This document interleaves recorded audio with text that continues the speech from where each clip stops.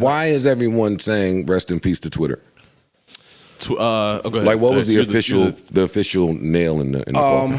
I believe it was Verge. I know he fired some dude that was critical of him on Twitter. No, he fired a whole bunch of people. Fired everybody. He's just been firing motherfuckers. And then he told them, in order to get... Is that bad? Yes and no. Well, he told them, from now on, y'all have to work all 40 hours.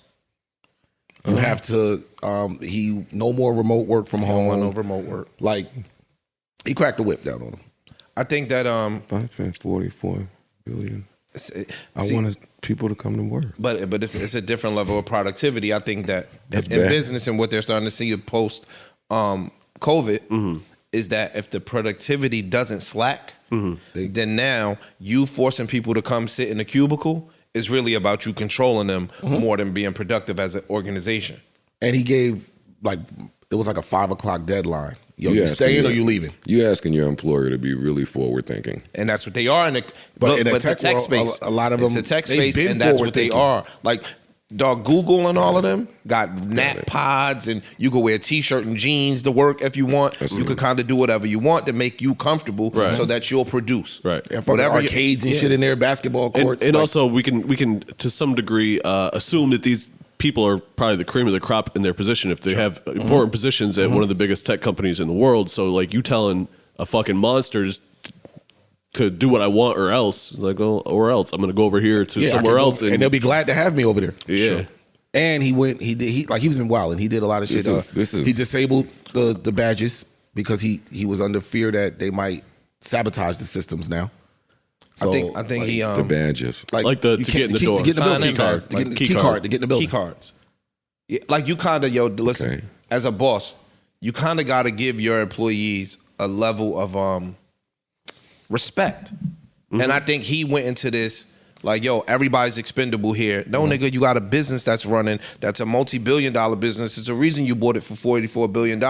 It's because it had a value. These people helped it get to that valuation. Correct. Now you just saying, fuck y'all, I got a bunch of money, I could start from scratch.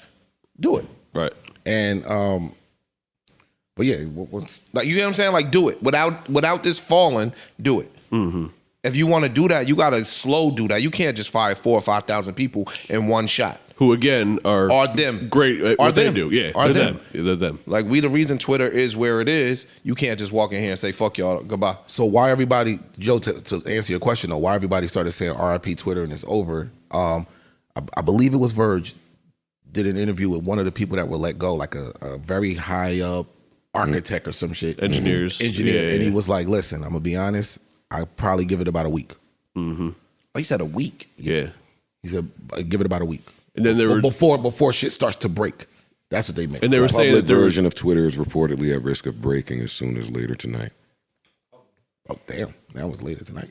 Sheesh. Well, apparently I was seeing in tweets, and who knows the full accuracy of this, but they were already having some hiccups in Europe and some overseas markets. So that's why they were under the assumption that eventually worldwide, everyone's shit is going to get fucked up. Even his little Twitter Blue subscription thing he did, where he figured, if we let you pay the $8, you can get verified. Everybody cared about that blue check. They did not expect what would happen after that, though. People started creating parody pages, Eli Lilly, and they were official, and was going crazy. They created Eli Lilly. They affected some stocks of some companies. Yeah. Eli Lilly. Yeah. Oh yeah. Eli Lilly. They created an Eli Lilly page and made it look. I saw it. It looked like professional. And put the check on there. And said let's say that Elon didn't come down with this iron fist. Is everyone kind of just over Twitter though? No, I don't think so. Was it just a bad time to purchase this thing? No, I think it's just changed. When you say people are over it, like the general public, I'm assuming, right? I think that so. the Twitter that we grew up loving. I was about to say, the Twitter that y'all used to be on daily might be different. I'm saying Disney wanted to buy it. They looked at our shenanigans and said, I'm out of here. That tells me that it was for sale, so I'm sure they had other conversations. There was reports that Elon wanted to back out of it. So, I mean... I think he doesn't even want... This purchase that went through, it was more of a legal thing because he jumped the gun and said what he said. Like, now you got stocks and shit at play. So, legally, like, they were suing him. Like, hey, dogs, you said this. That caused a ripple. And that told me Twitter didn't want it. Want what? Twitter. Oh, didn't want to keep it. No, but when you got somebody that says, yo, I got an offer for 44 bill, we might be worth 25 bill, I'm going to hold you to that. Yeah. If Once we Elon agree Musk on it- don't buy Twitter, who else was looking to buy Twitter, yo?